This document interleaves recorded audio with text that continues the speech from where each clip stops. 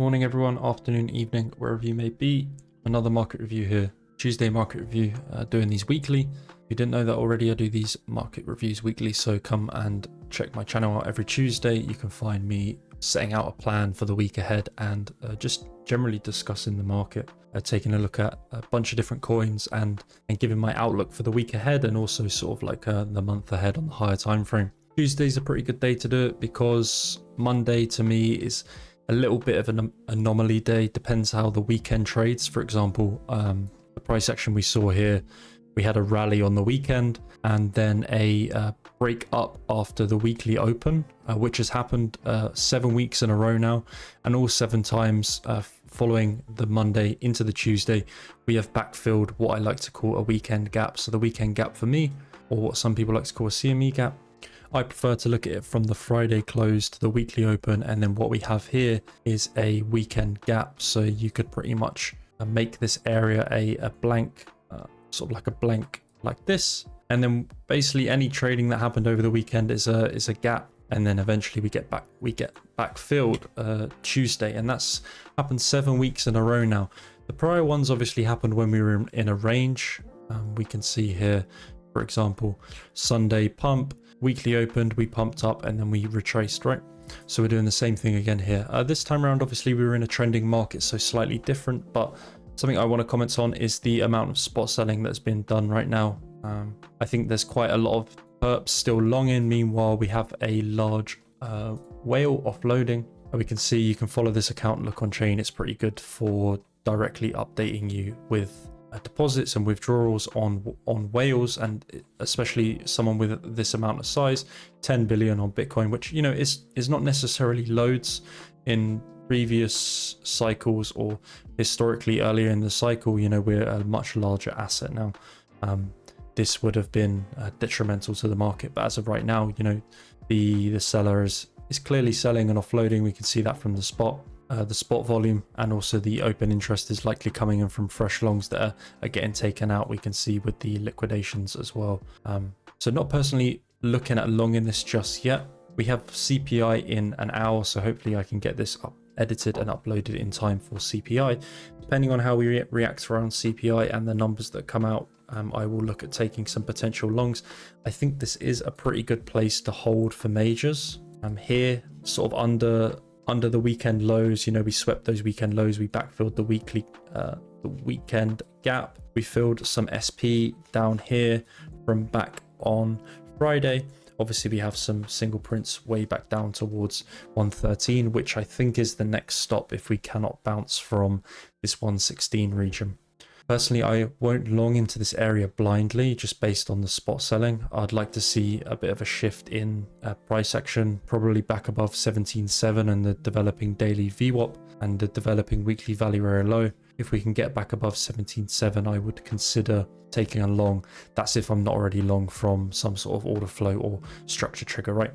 That can come from anything. So even like a sweep under this low, let's say we sweep under this low into CPI and we SFP the low, and we get a nice amount of shorts trapped down there, for example. That would be something I would consider a long entry for, and obviously like maybe some volume divergences, cumulative volume divergences as well. I'd be willing to take a long off the back of that. But for now, yeah, if we don't see a reaction from here, I'm pretty sure we're going to trade back down towards 113k, back down towards the prior weekly VWAP, the developing monthly and quarterly VWAP, and obviously that's going to be a really important place to hold. You know, won't discuss what would happen if we would go down there, but for now we just, you know, for this week we look to hold on 113. Something I want to discuss is actually how well things have been holding up, especially sort of ETH and altcoins have been holding considerably well, despite Bitcoin trading what is now a 6% off the highs. You know, with Bitcoin in price discovery and in the spot it is, and to trade 6% down, and altcoins, you know, majority of my list is down maybe 1 to 2% on the day. It's kind of a good sign, but cautiously bullish, right? Because I do think and tend to believe that sometimes this can be seen as fake strength. And if we did not hold 116 and we started to break under 116, you know, we've got a pretty low volume gap here. I could see a situation where alts would catch up here So for now, they are showing strength in the hope that BTC bounces here. Let's say we reclaim the 17.7 region and this high volume node POC, or sort of like the 2-day composite POC. If we can flip above this point of control, back above 17.7, like I just discussed for the developing weekly and value area low and developing daily VWAP, then there's a good chance we can leg up. And I think alts can perform really well off the back of something like this, right? If we can basically like start to absorb this spot selling, invalidate like any move that we had this morning, we can start to leg up again, and you know, alts will perform. I think they're holding out on BTC and ETH bouncing from these current prices. ETH in towards this 2900 region. It overall is quite a nice place for it to continue. It's developing monthly value area high and the prior weekly value area high. I've seen scenarios like this before where the market looks really strong and everyone is like, yeah, we're really strong right now, market's holding really well, and BTC just starts to take one leg lower, and during this period, that's when we see like altcoins finally catch up and kind of what I was just describing as like fake strength almost. So that is something I'm cautious for right now. You know, like I said, we got CPI in an hour, see how CPI unfolds. Obviously, any bad data can be like for the dollar can be positive for crypto. You know, the dollar is in a difficult spot right now, has been bouncing up since it retested 96, but overall still trading below that $99 region, which again, the past 2 times the dollar locks in a bearish trend under 99, we saw a very bullish period for crypto and for altcoins, right? I discussed that in my higher time frame market thoughts video last week. You can go check that out on my channel. That was uploaded on Friday. I discussed all my higher time frame market thoughts and outlook, sort of why I expect the market to trade much higher this year, looking at 200 to 220k for a cycle top, and any time from October 2025 to November 26. You can go and look at the high time frame market report or the high time frame video to see why I have my reasons for this, right? This is not just me engagement farming. I truly believe and have been on this train of seeing a cycle top no earlier than October, and targeting sort of like 190k since February, even going all the way back to summer last year. So yeah, as I said, ETH looks pretty good as long as it can hold here. If we start to lose this region on ETH, my first place of looking for a long on ETH is 2800. This is not somewhere I would personally long blindly. I would look for some sort of market structure shift or order flow trigger to get long on ETH into here. I do have limits towards 2600. I think 2600 is a really good place to long ETH if we get a pullback. It's an obvious retest for ETH. 2600. I wrote about this on my market report last week in the Wealth Group Discord. I've done a full market report for ETH, but overall, yeah, 2600 looks great for ETH. If we get a retest back towards there, that is a really nice buy opportunity. But first of all, let's see how we react around the 2800.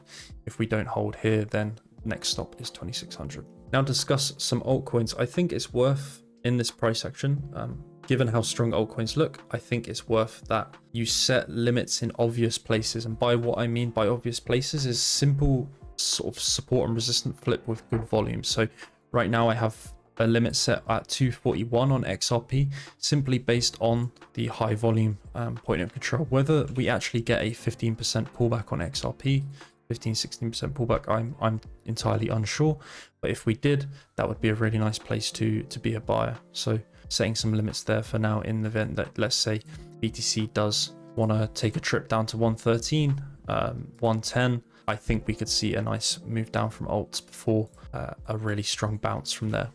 Another one is Sui. Again, entirely unsure whether we get filled back down towards here, 13% drop, but it's an obvious place and a really nice sort of weekly demand area with good volume here, and the daily as well. Nice daily demand area here as well to support that volume. So again, not sure whether we get filled towards that region, but it is a nice place, so worth setting a limit towards that level. Say again, looking at targeting a simple SR flip retest back towards here, supported by good volume, and looking at targeting a move back towards like 0.5. Pretty nice deviation on say here, and reclaim looking at further prices much higher. On the intraday, I've got my current setup on to watch, or THE, whatever you want to call it. THE potentially putting in a pretty nice SR flip here. Again, I'm looking at bidding towards the high volume node POC and simple SR flip. This is not something I would necessarily bid blindly, but could be a nice place for a trigger back down towards this region. If we get like a sweep and reclaim, I think I could take a long. The flow right now is looking pretty good. Maybe if we can get some big long liquidations, that could be a good opportunity. Quite negative funding overall, good spot volume as well, so quite a nice chart to keep an eye on, with a low volume node, fairly low volume node gap above, not entirely, but there is not much of resistance above towards sort of like 0.54, so you know, we could be targeting maybe a 40% scam move on this. So to wrap things up, quickly summarize my thoughts. Overall majors, this is a really nice place to bounce. We have CPI in 50 minutes now, as the time is ticking down. If we can get a reclaim above 7.7 or some sort of trap around this 116k region, I would be willing to take a position on Bitcoin. So we're forming quite a nice divergence right now. If we did get like an SFP and a trap into a CPI, you know, some shorts into CPI, that could be a really nice long. Or I'm looking for a long above 17.7. Again, the market's showing some good strength. Altcoins are holding considerably well right now, despite the Bitcoin trading much lower. That can be a great sign, but equally, if Bitcoin doesn't hold here, then we could definitely see catch up from altcoins and maybe see some of these, you know, obvious retests get filled, like I discussed on hype, into the sort of like 44 XRP, SUI. This is completely reasonable levels. They're not necessarily stink bids. I think they're just putting limits in places where I think price can trade back to. ETH looks good for continuation from here. 3100 is an important level to reclaim. If ETH can get above 3100, I'm fairly sure it trades to 3700 over the next couple weeks or month. First place of interest for ETH is 2800 on a pullback, and failure to hold there, then I have my limit at 2630. That pretty much sums it up for this week's market review. Overall, higher time frame remains the same. Continue to buy Bitcoin every day until the end of August. I think I've got about 7 weeks left of buying.